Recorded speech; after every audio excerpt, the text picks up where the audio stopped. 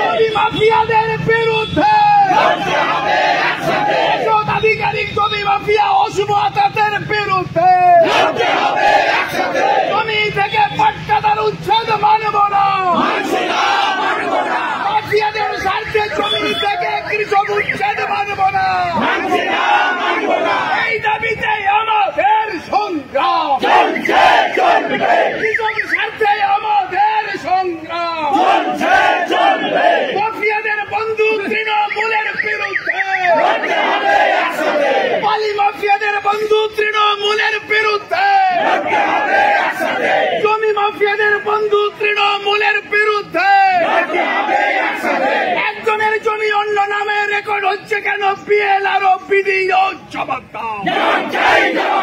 পাট্টাদারদের জমি থেকে উচ্ছেদ করা হচ্ছে কেন? পিএলআর ও বিডিও জবাব দাও। অবিলম্বে 100 দিনের কাজ শুরু করতে হবে।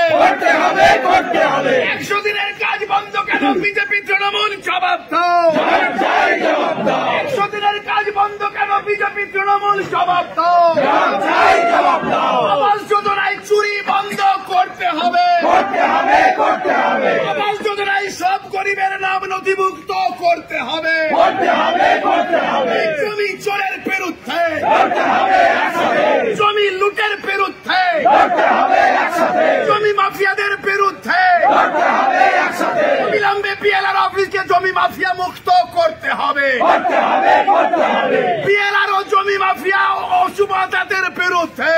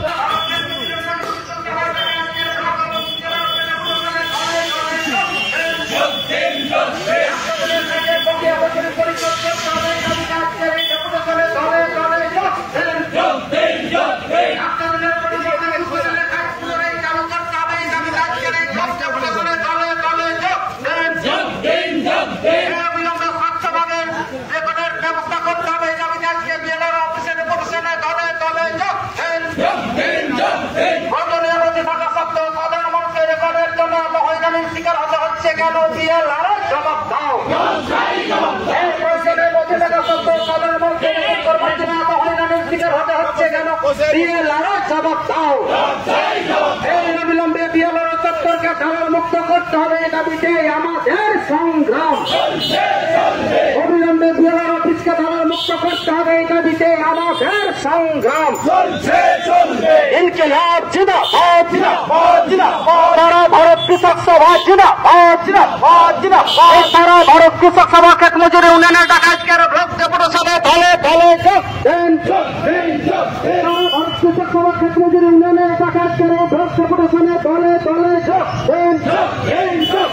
অবিলম্বে 100 দিনের কাজের বকেয়া মজুরি পরিশোধ করতে হবে। এই দাবিতে আজকের ব্লক ডেপুটি সভায় দলে দলে যোগ দেন। অবিলম্বে 100 দিনের কাজের বকেয়া মজুরি পরিশোধ করতে হবে।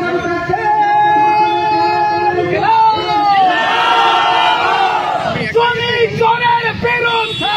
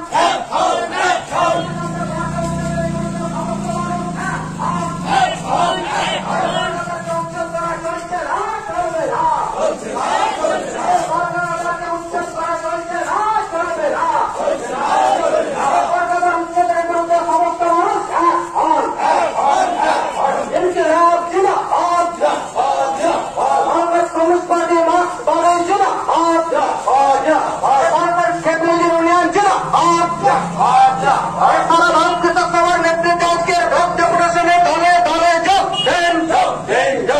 অবিলম্বে 100 দিনের কাজের বকেয়া মজুরি পরিশোধ করতে হবে এই দাবিতে আজকের ভোট ডেপুটেশনে দলে দলে যোগ দেন।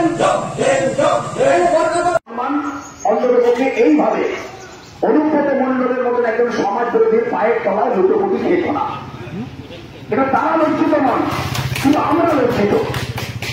আমরা রাত্রিবেলায় বাড়িতে গিয়ে স্ত্রী কন্যার কাছে মুখ দেখাতে পারছি না যে একজন সরকারি দলের নেতা,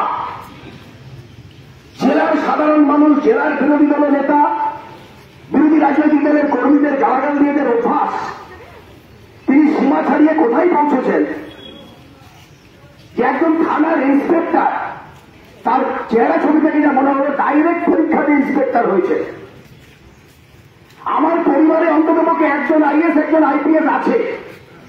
আমি সিপিএম পার্টি সর্বক্ষণের কর্মী হতে পারি বলে আমার একটু লজ্জা বেশি।